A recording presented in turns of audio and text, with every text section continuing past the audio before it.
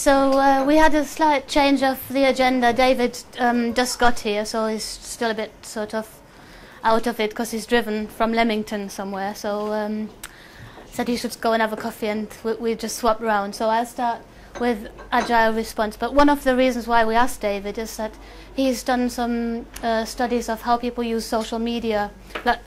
As Heiko already mentioned this morning, people in crisis use social media a lot, and they do a lot with that, including almost forming sort of another agency that has to be involved in the emergency response. So that's one reason why in the Bridge project we're developing a concept of agile response, and we're about a year and a half into this project, so this is still very much work in progress, and we really want to get some feedback on it.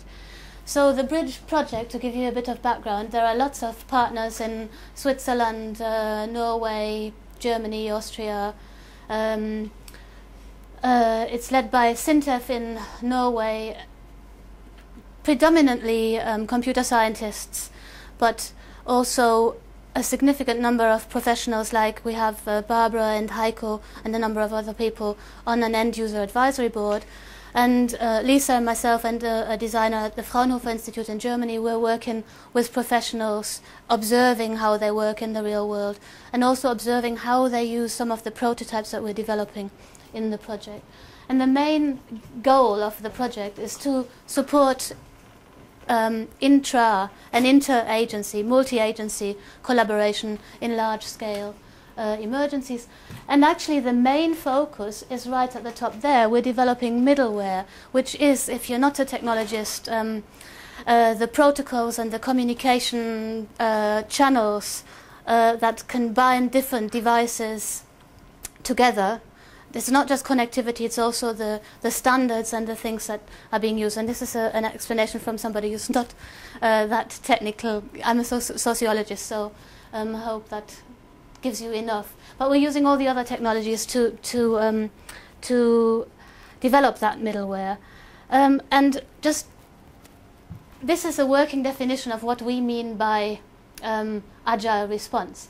A flexible, loosely coupled, highly collaborative response effort where people have awareness of what's going on, yet are highly distributed, and are able to mobilize resources effectively and in a coordinated manner. Sounds very good, but how do we do it? And it's also important to say that this is quite, sits quite uncomfortably with ideas of agile response that have been talked about in the military, which are very much based around intelligence, surveillance and reconnaissance technologies.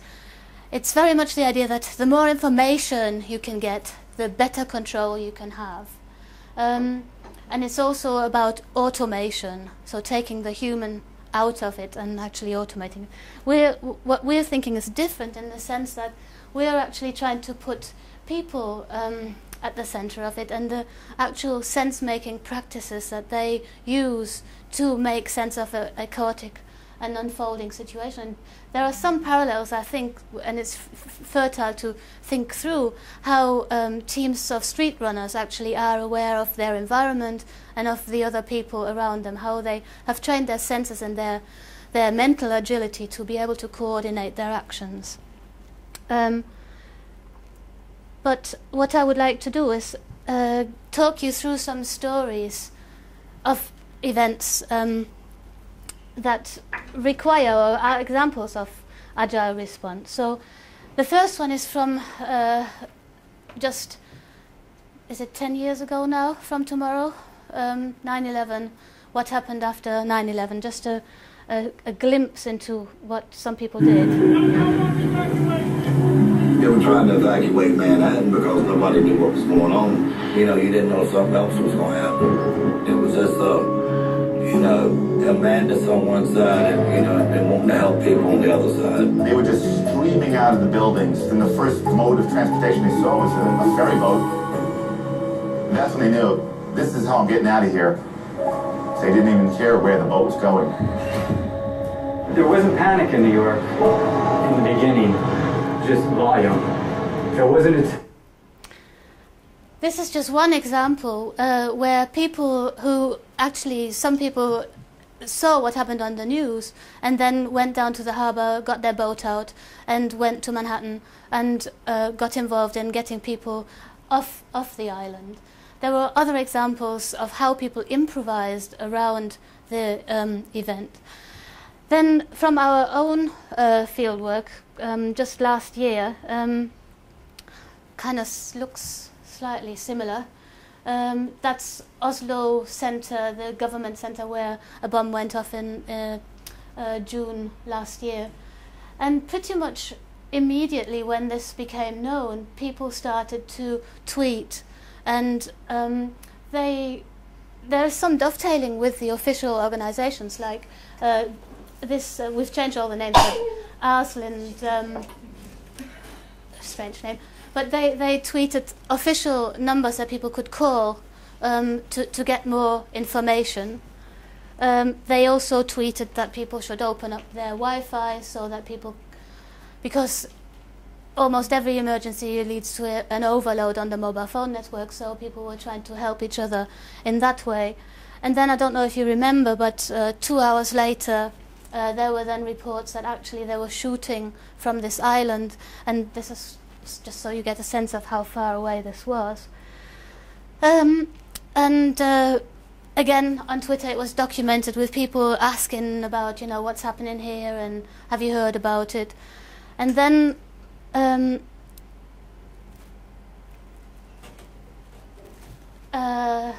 this is a tweet from a young man who was on the island, and he says, "We are sitting by the lake. A man dressed in police uniform is shooting. Help us regarding when the police will arrive." And that was done at 5:58. And it was retweeted by a friend of his, Niels Petter, who actually became a kind of volunteer emergency operator, distributing information about what was happening on the island. And this tweet that he got was actually 6 minutes after the police had arrived, but arrived on the other side of the island at the ferry port, not daring to go over onto the island. And reports were on the news, they were on Twitter, on Facebook, and what would you do? Or probably you wouldn't do that, but many people who had family or friends on the island, what do you think they did? They called them. And that was not a good idea. And Niels Petter send the message to all: do not call acquaintances on Utøya. The sound makes them findable. And then he repeats that call: don't call them. It can put them in danger, explaining why that is. So he's kind of facilitating situation awareness for the public. Okay. At the same time, people opposite the island, there's a camping site, and people had heard the shots, and they got their boats out and did similar things as the people in New York did, getting the kids out of the water. And that was also on Twitter. People were tweeting to request that people do this, and some people did do it. We don't really know. We've done some studies. We don't really know whether there's a real causal link, that somebody saw it on Twitter, got their boat, and got near the site. But the two happened in conjunction, at least, to say. Now I want to give you a bit of a sense of what that felt like from the people who were on the professional side. So there was an ambulance doctor that we did an interview with, who was first in Oslo, and then when they heard it, they actually mobilized themselves, because they are air ambulance doctors, so they weren't on the official system, but they drove over. But then they had to stop here, and they were waiting to get authorization to set up an emergency center. And he says, when we were standing up at Sølihøgta, some 20 kilometers from the ferry port, waiting for instruction on where to set up a reception area for injured people, a lot of people came with private cars, and the press came, and they wanted to interview us, and they wanted to know what we knew. And lots of the people coming. They had children on the island and they had contact with them on their phones and got SMSs like, I'm shot and I'm dying and I'm sad we've been quarreling so much. Stuff like that. And also people coming from Utøya that had been evacuated and were driving back to Oslo, they stopped and asked us, why aren't you going to the island? It's safe now. But it was never said from the police that it was secure, because the police, I think they didn't, as I or anybody else, they didn't think that this was a one-man show. So if you caught one, where is the rest? Where's the next bomb going to go off? I don't think anybody imagined that that one man did this. So the island was never declared secure. So there's a lot of pressure on these people. But at the same time, they didn't actually say that they weren't allowed to go on the island. So some actually did. And then they found just dead people on the beach, and they were escorted into the building and couldn't actually do anything. But they found a computer and they gave the police a list of names. They were able to give them a list of names of people who were on the island. I'm telling you all this to give you a sense of how people are actually improvising in the situation. And just a final example from a very different place, an exercise for the Olympics, where Lisa did some observations where they were exercising the command structures. Very clean, neat concept, isn't it? Cobra, gold, silver, bronze. But one of the things that happened when they were in this room and trying to exercise how they would respond to a Plato incident, a shooting, a terrorist shooting in different sites, was that there was from the fire there was a tactical commander in the Silver Command group in the location, but there was also another Silver commander on site. So they were duplicating the roles and creating, because the situation demanded it, but they made this clean, neat structure much more complicated than it actually is. So the reason why I'm telling you this is that this sort of improvisation and autonomous tactics and decision making creates lots of good opportunities for local resource mobilization, micro-coordination of efforts, greater efficiency. It allows for role improvisation, which can be very useful when you have somebody who can do something to actually just get them to do it. But it also creates a lot of dilemmas. So having members of the public get into their boats and rescuing people in the hot zone isn't necessarily such a good idea. They can endanger themselves, but also the operation. And it's also, if this is all advertised on Twitter, and if it's clear that they are doing this and that people are calling for them to do this, who is responsible for this? Is the police monitoring it? How are you to deal with that? So it kind of gives you a sense of the need for agility, in the sense of being able to be aware of a lot of things happening at the same time and reacting to them.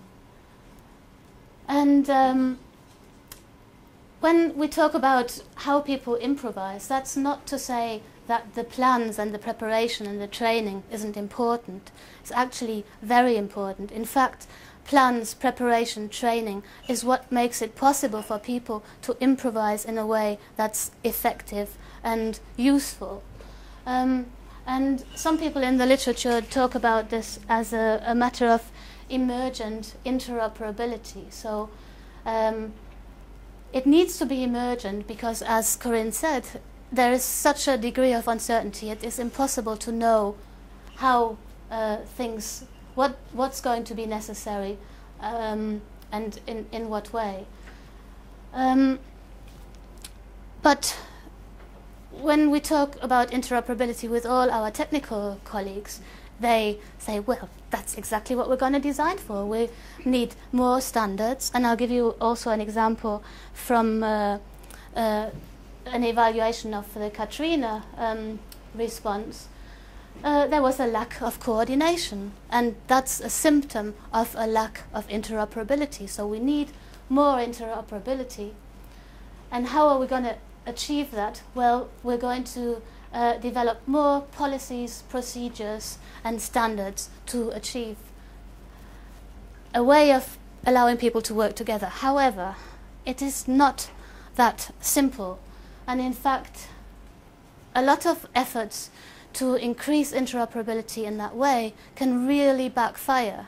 So after 2001 9/11, there was centralization of the Federal Emergency Response Agency under the Department of Homeland Security, but that actually led to a shift in policy from all hazards to a focus on terrorism, from mitigation to responding to the emergencies, and also from fostering and dovetailing professional response with community resilience to a more militarized, professionalized civil defense focus. And that was not very productive at all. So what we're finding is that as we're observing how people work, that interoperability is actually a process. People make it happen. And that can be supported. And it's also something that's in a European context where you've got very many different countries that potentially need to work together, where you need unity and diversity rather than a centralized, standardized approach. A potentially very useful way of thinking about it, because if you can support how people make interoperability possible, then that allows them to translate those skills across different contexts. So if you think about interoperability, it has to happen between organizations and between people. And there are studies, this is a study of the London Underground control room, and they were finding out how people have very delicate, very complex embodied and cultural skills and practices that allow them to work very economically together. So here you've got a call coming in from an underground that has a problem and that needs to change course, and the controller says out loud, "I'd like to reverse you at Piccadilly." And as he says that, he looks across, and can't remember exactly what it stands for, but it's the public officer who deals with the communications to the public. He picks up the phone and starts making an announcement to the people on the platforms that this train will only go to Piccadilly and stuff like that. So they show that there are very complex practices between people that in a co-located environment work very well. But how do we make that work in a distributed environment? And this is an example of how physical things need to be made interoperable, how they got power back to some of the communications in Manhattan, and how they actually had to splice the cables. It's very nicely described in David Mendonca's paper. I'm not going to go into it. Because what we find when we're thinking about interoperability and agile working together is that what's really needed is transparency, so that actually it's understandable how technologies work. So here you've got an example of the Brazilian police wanting to use facial recognition equipment for the 2014 World Cup. So if you think about how you would make it possible for people in the control and command room to work with this guy on the scene, you'd have to have some support for them to actually be understanding what each other is seeing and how they are responding to this. So it's not just a matter of just letting them have the video, it's also a matter of giving them some support to analyze it together. There has to be some support for this data to be shared perhaps with the fire services, who might need to know what kind of people are around. It's also a matter of needing technical transparency. More and more people are, you have all these kind of professional, organizational technologies that are brought in that are specialized for the response effort, but people also carry their mobile phones, their tablet computers, they might have sensors and other things that might be useful, and it would be useful to be able to assemble them into collaboration if it's necessary, if the situation is if it would be good in that sort of situation. So bring your own device also requires some, you need to be able to see how it could fit into the network, into the system of technologies and people working together. And also transparency is required because there is personal data being collected in crisis situations that many people would welcome because it could really improve the efficiency of the response effort. However, that sort of personal data can be sensitive, and there are violations of people's privacy that could happen. So, you know, people need to be able to understand what's happening with their personal data. So, in the design work that we're doing in the Bridge project, we take a kind of top-down approach where we're developing prototypes. So we're taking existing technologies, but we're also developing prototypes of, for example, a master table where you visualize where everybody is and where all the resources are, e-triage technologies, mesh networks, risk analysis tools, or social media information aggregators that visualize information that's taken from Twitter, resource management where you can see where all your stuff is and how you might move it around, and apps that people could download that they can use to communicate with. These are prototypes. There are other people who are doing similar things.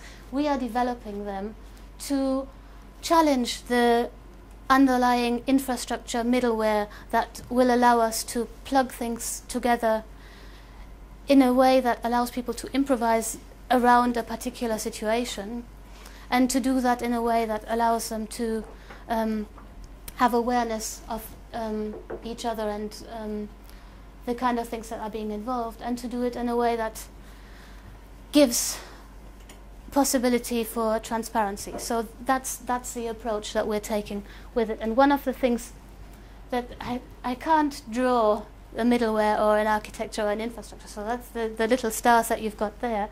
But what